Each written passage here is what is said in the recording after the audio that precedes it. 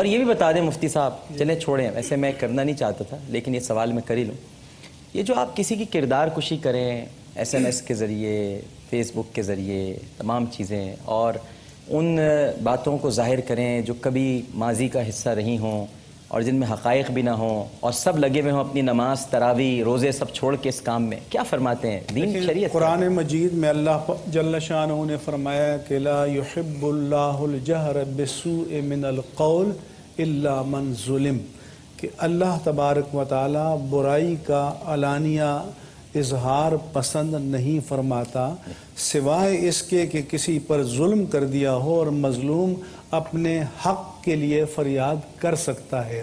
رسول اللہ صلی اللہ علیہ وآلہ وسلم نے ارشاد فرمایا کہ لا تتبع عورات المسلمین، کہ مسلمانوں کی جو پرائیویٹ افیئرز ہیں ان کے در پہ مت ہو جاؤ اور ان کو لوگوں پر آشکارا نہ کرو۔ وَمَن يَتَّبِعْ عَوْرَاتِ الْمُسْلِمِينَ يَفْضَحْهُ فِي بَيْتِهِ، جو مسلمانوں کی پوشیدہ احوال کی پردہ دری کرے گا اللہ تعالیٰ اسے گھر میں رسوا کر دے گا۔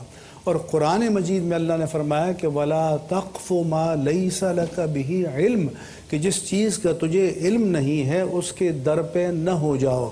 ہمارے ہاں جو جدید ٹیکنالوجی آئی ہے اس کا بجائے اس کے کہ علم کے فروغ کے لیے، معلومات کے فروغ کے لیے اس کو استعمال کیا جائے، میں دیکھتا ہوں کہ اس کا منفی استعمال بہت زیادہ ہو رہا ہے۔ اخلاقی اقدار کو ہم نے چھوڑ دیا، دینی تعلیمات کو ہم نے چھوڑ دیا، اس کو صرف ذاتی نفرتوں کے اظہار کا ذریعہ بنا دیا۔ یہ حدیث کی تعلیمات کے بالکل خلاف ہے، لیکن ہمارے ہاں میرے نزدیک ان حدود سے انحراف کیا جا رہا ہے، اور اس طرح مسلمانوں کو، اور خاص طور پر رمضان مبارک کے مہینے میں ہمیں تو یہ چاہیے کہ فرمایا کہ جو کسی مسلمان کی پردہ پوشی کرے گا، من ستر مسلمن سترہ اللہ یوم القیامہ، کہ جو کسی مسلمان کے عیوب پر پردہ ڈالے گا اس کے اجر، انعام اور صلے کے طور پر کل اللہ تعالیٰ قیامت کے دن اس کے عیوب پر پردہ ڈالے گا اور اسے اہل محشر کے درمیان بے آبرو نہیں فرمائے گا۔ تو اور اللہ کی صفت بھی ہے کہ ستار، بہت زیادہ پردہ پوشی کرنے والا۔ بہت لطیف سا واقعہ جو میرے ساتھ آیا، میں ایک دن دفتر سے آ رہا تھا اپنے، تو اتفاق سے بس میں تھا، تو ڈی جے کالج کے کچھ طلاب بیٹھے ہوئے تھے، ان میں سے ایک طالب علم کھڑا ہو گیا، سر آپ تشریف رکھیں، بیٹھ گیا۔ وہ لوگ کسی بنس روڈ کے کوئی عالم تھے، میں جانتا ہی تھا ان کو، ان کے بارے میں ایک دوسرے کے ساتھ گفتگو مصروف تھے اور ان کی برائیاں ہو رہی تھیں۔ میں تھوڑی دیر تک سنتا رہا، اس کے بعد میں نے ان سے کہا کہ بیٹا مجھے یہ بتاؤ کہ جو کچھ تم کہہ رہے ہو تم نے اپنی آنکھ سے دیکھا ہے؟ کہا نہیں، ہم نے تو اپنی آنکھ سے نہیں دیکھا، لیکن لوگ تو کہتے ہیں۔ تو میں نے کہا اللہ نے دیکھا ہے؟ کہا اللہ تو دیکھتا ہے۔ میں نے کہا عجیب بات ہے کہ جس نے دیکھا ہے وہ بیان نہیں کر رہا، جنہوں نے سنا ہے وہ بیان کر رہے ہیں۔ واہ واہ۔ تو اس کا اثر یہ ہوا، آپ یقین کیجئے کہ تقریباً 5 یا 6 طالب علم تھے وہ، انہوں نے سب نے جو ہمارا ایک رواج ہے کان پکڑے اور توبہ کی، کہلے صاحب بڑے صاحب آپ نے تو آج ہمیں ہمیشہ کے لیے اس راہ سے دور کر دیا۔ پھر ایک عجیب سی صورتحال ہے، وہ میں چاہتا ہوں کہ اب وہ بھی منظر عام پر آ جائے۔ قرآن مجید میں ایک آیت مبارکہ ہے چھوٹی سی، سورہ رعد میں ہے، پروردگار عالم اپنے حبیب سے خطاب کر رہے ہیں، اور اس خطاب کی روح یہ ہے کہ لوگوں کے اعمال کے سلسلے سے ان کا احتساب، یہ تمہارا کام نہیں، یہ ہمارا کام ہے۔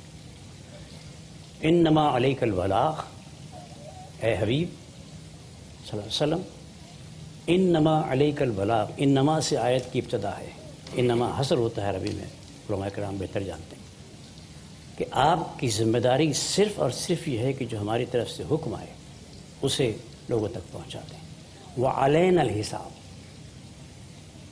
کرنا نہ کرنا، اچھائی یا برائی ان کی، اس کا حساب ہم لیں گے، اور اس کے لیے ہم نے دن معین کر رکھا ہے۔ دن تو یہ میں اپنے اضافہ کر رہا ہوں۔ تو یہ صورتحال ہے۔ تو یہ حضرات جو اس قسم کی باتیں، جیسے کہ مفتی صاحب نے بہت تفصیل سے گفتگو کی، جو یہ کر رہے ہیں انہیں یہ حق پہنچتا ہی نہیں ہے۔ لیکن اس وقت ایک بڑی خرابی جو معاشرے کی ہے، عمومی خرابی ہے، وہ یہ ہے کہ اپنے گریبان کو آخری بٹن تک بند رکھنا اور دوسرے کے گریبان کو آخری بٹن تک کھول دینا، یہ ایک عمومی بات ہو گئی، جبکہ یہ بے خبری ہے اسلام کی احکامات سے، اس کے نتیجہ ایسا ہے۔ حال کی جب اپنے خبر رہے دیکھتے اوروں کے عیب و ہنر، پڑی حال پر جب اپنی نظر تو نظروں میں کوئی برا رہا۔ بس ہاں جی صاحب، اس پہ کچھ ارشاد فرمائیں۔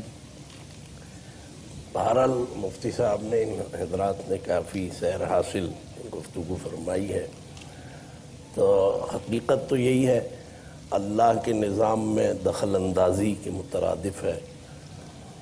وہ استر من سترہ اللہ، یہ بھی ایک حدیث مجھے بھی یاد رہ گئی کہ اللہ تعالیٰ مطلب یہ کہ اسے چھپاؤ جس کو اللہ نے چھپا رکھا ہے، تم کون ہو جو اسے ڈسکلوز کرو جب اللہ نے۔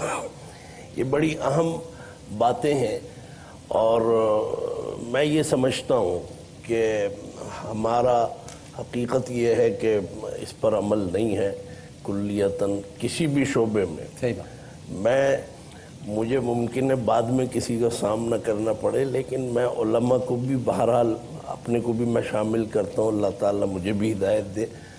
ان چیزوں پر چونکہ عمل نہیں ہے، وہ ٹھیک ہے کہ ہم بہت سے سامنے کچھ اور ہوتے ہیں، کچھ اس کا یہ نتیجہ ہے جو ہم سمجھتے ہیں کہ یہ ملک بھی غیر مستحکم ہے، خیر و برکت سے خالی ہے۔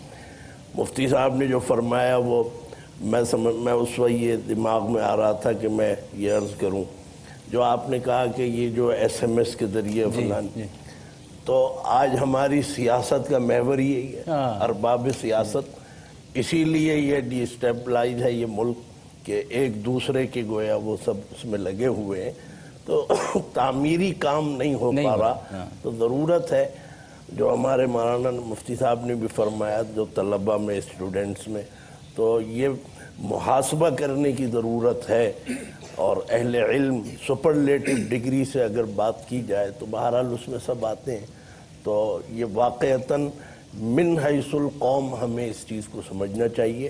یہ بہت اہم باتیں ہیں، نماز روزے کی اپنی نماز روزوں کی اپنی اہمیت ہے، اور اپنا پردہ ہے اور داڑھی ہے اور یہ سب چیزیں، لیکن یہ چیزیں میں سمجھتا ہوں کہ یہ بہت زیادہ اثر انداز ہوتی ہیں۔ بالکل، سیاست کو بھی گالی کے معنی میں تم سیاست کر رہے ہو، حالانکہ حدیث میں کہ کانت بنو اسرائیل تسوسہم الانبیاء، کہ بنی اسرائیل کی سیاست رانی اور اجتماعی تدبیر کا کام انبیاء کرام فرماتے تھے۔ اب تو سیاست کو بھی صحیح فرمایا۔